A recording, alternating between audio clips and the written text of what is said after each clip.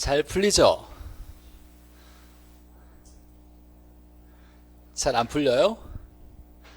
자, 같이 보죠.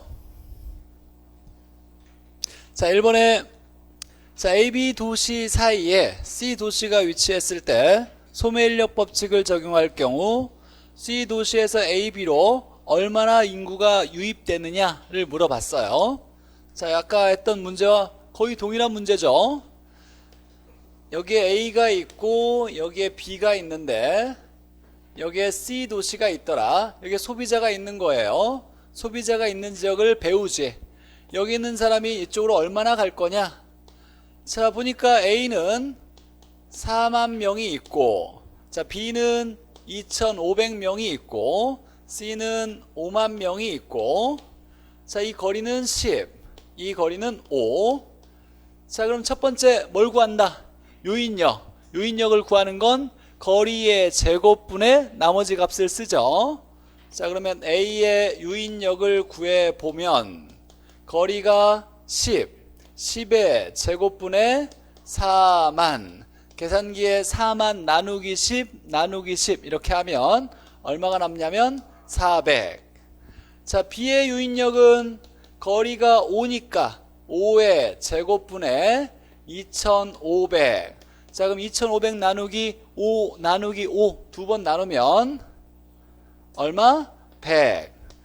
자, 그럼 두 번째 A로 끌려오는 사람 수를 구하려면 A의 비율을 구해야 돼요. A의 비율은 이 앞에 생략된 것이 전체에 대한, 그럼 전체는 얼마? 500분의 A가 400. 그러면 0.8. 그러면 80%를 데려올 건데, 참 80%에 해당되는 숫자가 몇 명이냐?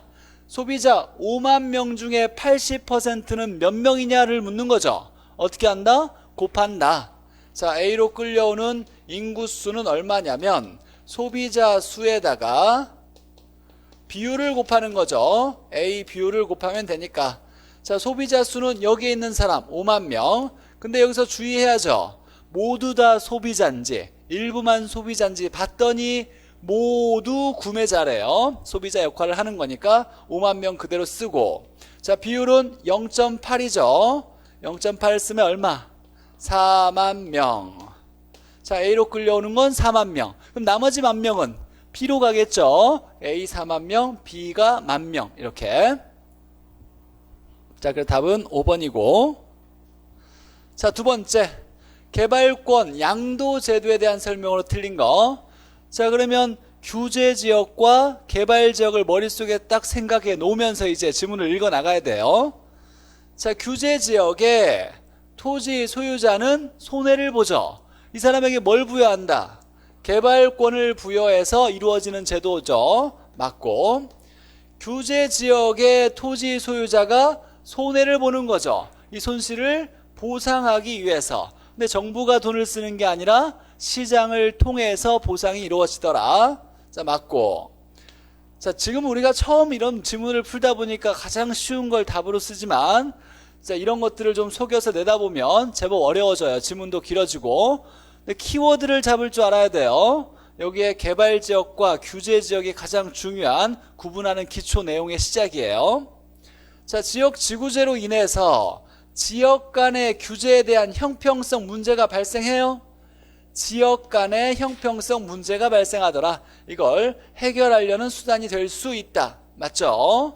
자, 우리나라에서 실시되고 있다, 안 되고 있다? 실시되고 있지 않다. 4번이 틀렸고. 자, 개발 지역의 토지 소유자는 개발권을 사오면서 뭘 얻는다? 초과 용적률을 얻죠. 그래서 개발 지역의 토지 소유자는 개발권을 사오는 사람이니까 개발권의 수요자. 맞죠? 답은 4번. 3번에 정부의 시장 개입에 대한 설명으로 틀린 거. 1번에 정부는 시장 실패의 보완을 위해 시장에 개입할 수 있다. 자, 시장에 뭔가 문제가 있대요. 이때 정부가 개입하는 기능을 무슨 기능? 경제적 기능. 얘는 경제적 기능이에요. 자, 두 번째, 정부는 정보의 비대칭성으로 인한 시장의 문제. 자, 정보가 비대칭적으로 인해서 시장에 발생하는 문제가 뭐예요? 문제가 시장 실패예요. 이 문제 시장 실패예요. 시장 실패를 해결하기 위해 개입할 수 있다. 이것도 마찬가지로 경제적 기능이겠네요. 자, 3번에 정부의 개입이 오히려 시장에 바람직하지 못한 결과를 만들어낼 수도 있더라. 이걸 시장 실패가 아니라 이건 뭐다? 정부 실패라고 해야죠. 시장 실패는 자원이 효율적으로 배분되지 못하는 거, 즉 자원의 효율적 배분을 달성시키지 못하는 걸 시장 실패라 그래요. 자, 4번에 보죠. 가장 유명한 지문이에요. 4번이. 자, 외부 효과는 시장에서 자원의 효율적인 배분을 달성시키지 못하게. 자, 이 말을 한 단어로 주면 뭐라 그래요? 시장에서 자원의 효율적인 배분을 달성시키지 못하게 하는 거, 못하는 거, 이걸 뭐라고 한다? 이걸 뭐라고 한다면은, 이거 뭐라고 하냐면 시장 실패라 그래요. 시장 실패.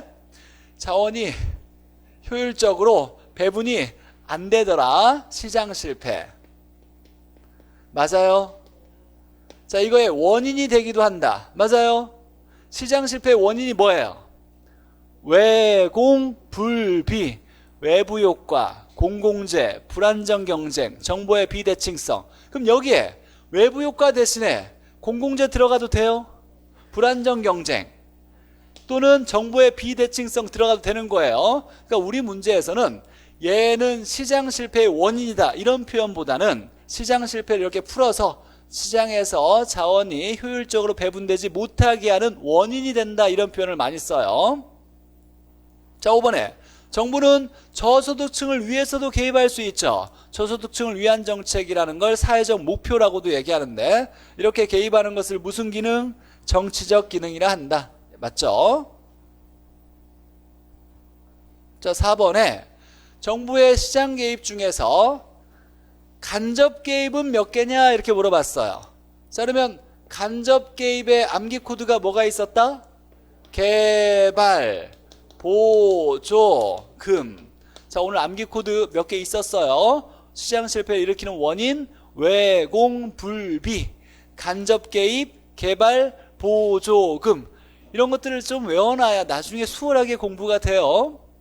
자, 개발하면 뭐냐면 개발 부담금, 개발 이익 환수. 자, 보니까 개발 이익 환수 제도가 있네요. 자, 얘 간접 개입. 자, 보자는 보조금. 보조금은 없어요. 자, 조자는 뭐? 조세. 뭐예요? 종합부동산세. 얘가 조세죠. 조세. 다른 세금은 없고. 금자는 금융정책.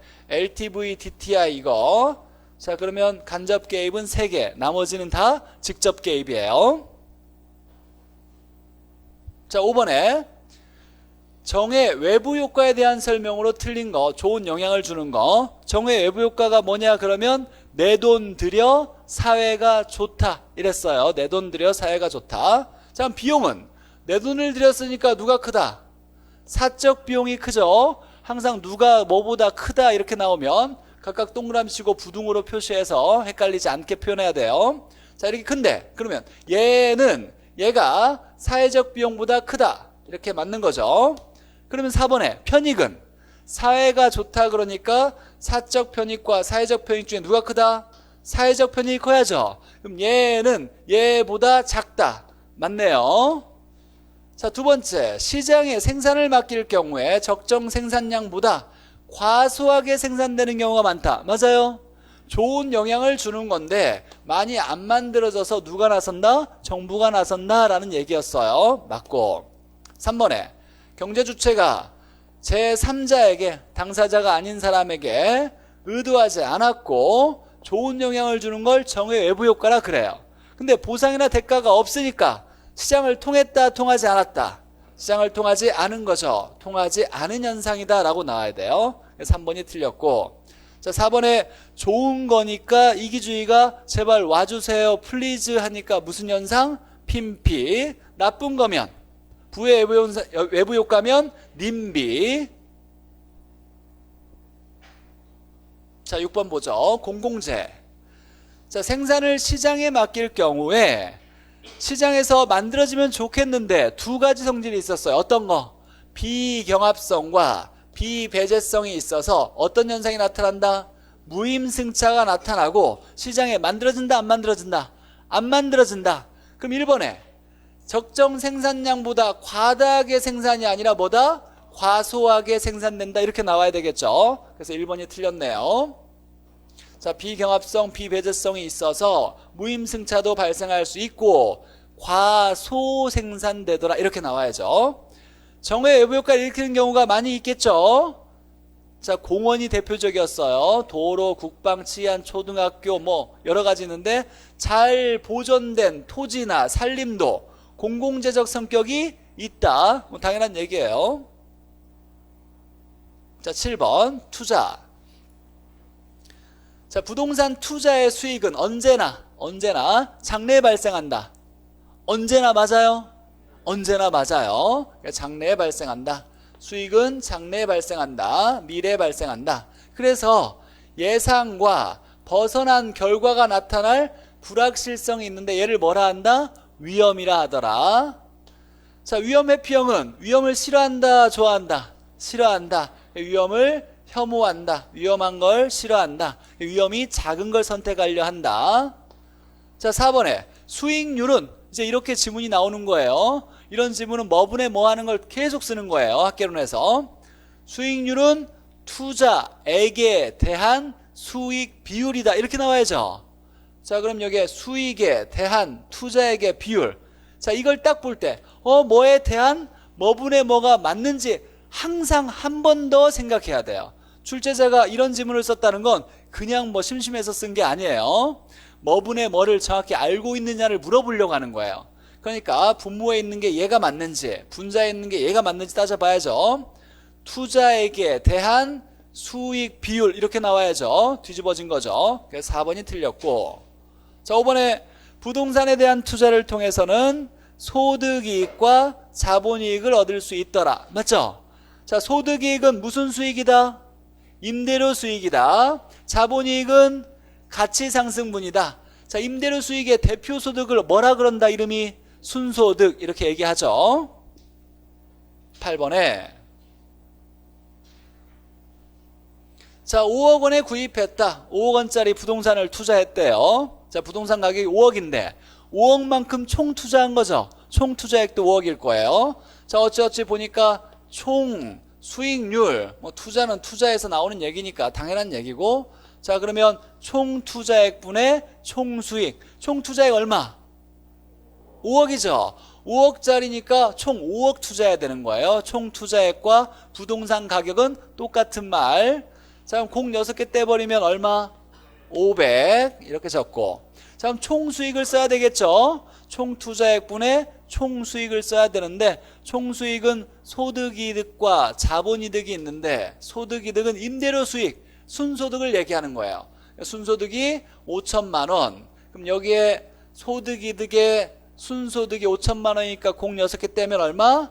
50. 자, 그리고 가치상승분이라는 자본이득을 더할 텐데, 자, 얘는 6억에 처분했대요. 가치상승분이 이렇게 나온 거예요. 얼마가 올랐다는 얘기예요? 1억이 올랐다는 거죠. 5억짜리가 6억에 팔았으니까 1억이 더 오른 만큼이에요. 가치상승분은 1억이에요. 그럼 공 6개 떼면 얼마? 100. 자, 그러면 계산기에 500분의 150이라 쓰고 150 나누기 500 하면 0.3 30% 나오겠네요. 자, 9번 보죠. 자기 자본 수익률은 얼마냐 물어봤어요. 그럼 옆에다가 식을 한번 적어 놨어야 돼요, 여러분들은. 자, 자기 자본 수익률은 지분 투자액분의 지분 수익인데, 지분 수익은 총 수익에서 이자를 빼야 되고, 총 수익은 소득이익이라는 순소득에다가 자본이득이라는 가치 상승분을 더한 것이 총 수익이고, 뭘 뺀다? 이자를 빼면 되더라. 이 식을 딱 적어 놓고 필요한 것만 찾아 쓰는 거예요. 자, 지분은 얼마예요? 자기 자본이라고 한글로 써 있네요. 자기 자본 지분 1억. 그러면 공 6개 때문에 얼마? 100. 풀었어요? 아, 네. 순소득 얼마? 순영업소득 2천만 원이니까 공 6개 떼면 20. 자, 가치상승분은 가치상승률이 나왔네요. 뭐 얼마짜리가 2% 오른 거예요? 2억? 3억? 2억이 올랐어요? 3억이 올랐어요? 3억짜리가 부동산 가격 3억짜리가 2% 오른 거예요. 그럼 2%와 관련된 건 3억과 관련된 거고, 자 그러면 3억의 2%는 얼마큼이냐 그러면 곱하기 300이라고 쓰겠죠. 공 6개 떼어버리고 2%면 0.02 계산기 하면 얼마? 6. 자 그러면 가치상승분은 6이에요. 자 이자를 빼야 되겠죠. 이자율을 보니까 6%예요. 그럼 뭐의 6%? 얼마의 6%예요? 2억짜리의 6%만큼을 이자로 내는 거죠. 대출금에 금융기관 대출이 2억이었으니까 대출금 2억짜리의 6%를 이자로 내더라. 자 그럼 2억이면 200, 공 6개 떼고 6%니까 0.06 계산하면 12. 마음속에만 1200만 원 이렇게 생각하면서 12예요. 자 12를 빼면 100분의 26 빼기 10이니까 14. 계산기에 누르면 0.14 몇 프로? 14%. 자 맞았으면 이렇게 쓰담쓰담해요. 잘했어, 참 잘했어, 오늘 열심히 했구나 이렇게 생각하고, 자 혹시나 이게 좀 어렵다거나 잘 안 풀렸으면 집에 가서 반드시 똑같은 문제를 계속해서 풀어보는 거예요. 풀리는지. 뭐 새로운 거 풀려고 하지 않아도 괜찮아요. 우리 시험은 나중에 문제라고 해봤자 숫자만 바꿔서 나와요. 자, 내가 문제를 못 푸는 건 여기 자료 제시된 것들이 뭐가 뭔지 몰라서 그래요. 그러니까 이런 것들을 자주 보면서 필요한 걸 끄집어내는 연습을 해야 돼요. 이 식은 당연히 외우려고 노력해야 되고 무작정 외우는 게 아니라 제가 이렇게 오늘 충분히 설명을 해드렸죠. 자, 생각하면서 연습하셔야 돼요. 자, 고생 많이 하셨고 다음 주에 또 왔을 때 똑같은 문제 또 풀어보는 거예요. 고생하셨고 다음 주에 뵐게요. 고생하셨습니다.